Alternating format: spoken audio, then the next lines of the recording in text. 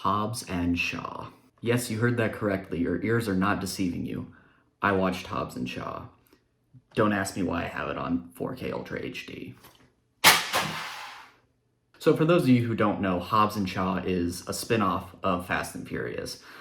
You'd have to live under a rock for the last 20 years to not know that, but they felt the need to put Fast and Furious Presents in the title, so clearly they think there's someone out there who wouldn't know. So it follows Luke Hobbs and Deckard Shaw, which are characters that were introduced in the fifth?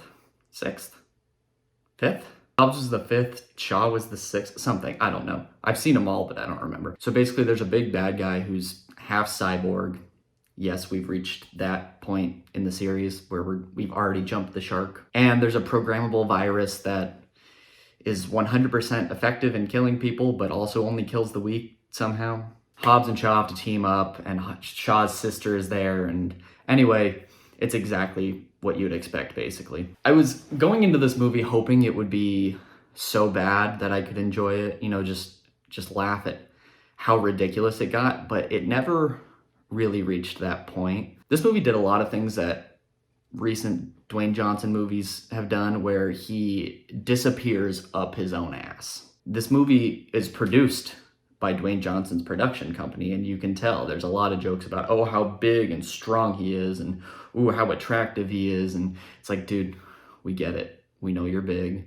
Shut up about it. This movie tries to be a comedy at points, and they have these extended scenes where they're making these terrible jokes one after the other, and they pause for laughter, and I'm just sitting there like...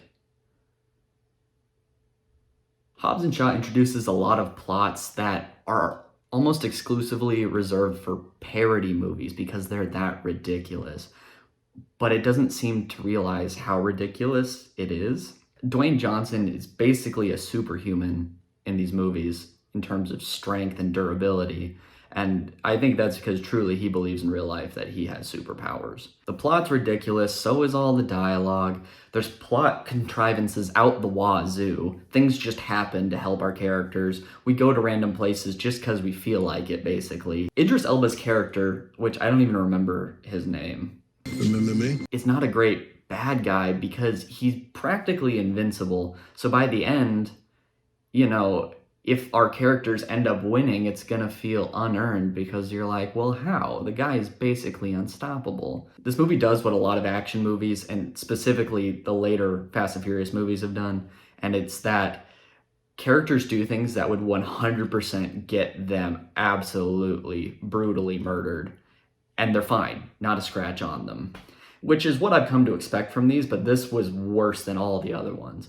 In terms of all the Fast and Furious movies, this is by far the worst, which is saying something because I really, really did not like Fate of the Furious. Not that I'm coming into these movies because I think they're really good movies, but I just didn't even have a good time. The movie is like 2 hours and 15 minutes-ish, and you easily could have cut that down to like an hour and a half with all the extra extended scenes they do where it's just joke after joke or mind-boggling action scene that doesn't make any sense after another. To give this movie at least one compliment, I can say that the stuntmen were trying their damnedest to do whatever they could. They were giving it their all. Although sometimes it's so obvious when they change to a stunt person. Like there's a scene where someone puts on a motorcycle helmet just so that we can't tell that it's not them fighting. Like, it's like, come on. And this movie's directed by a guy who worked on John Wick, so you would think like that movie has Keanu doing a lot of stuff really close up, but this movie was just not the same in terms of fight or action scenes. All in all, this movie was a disappointment and a waste of time.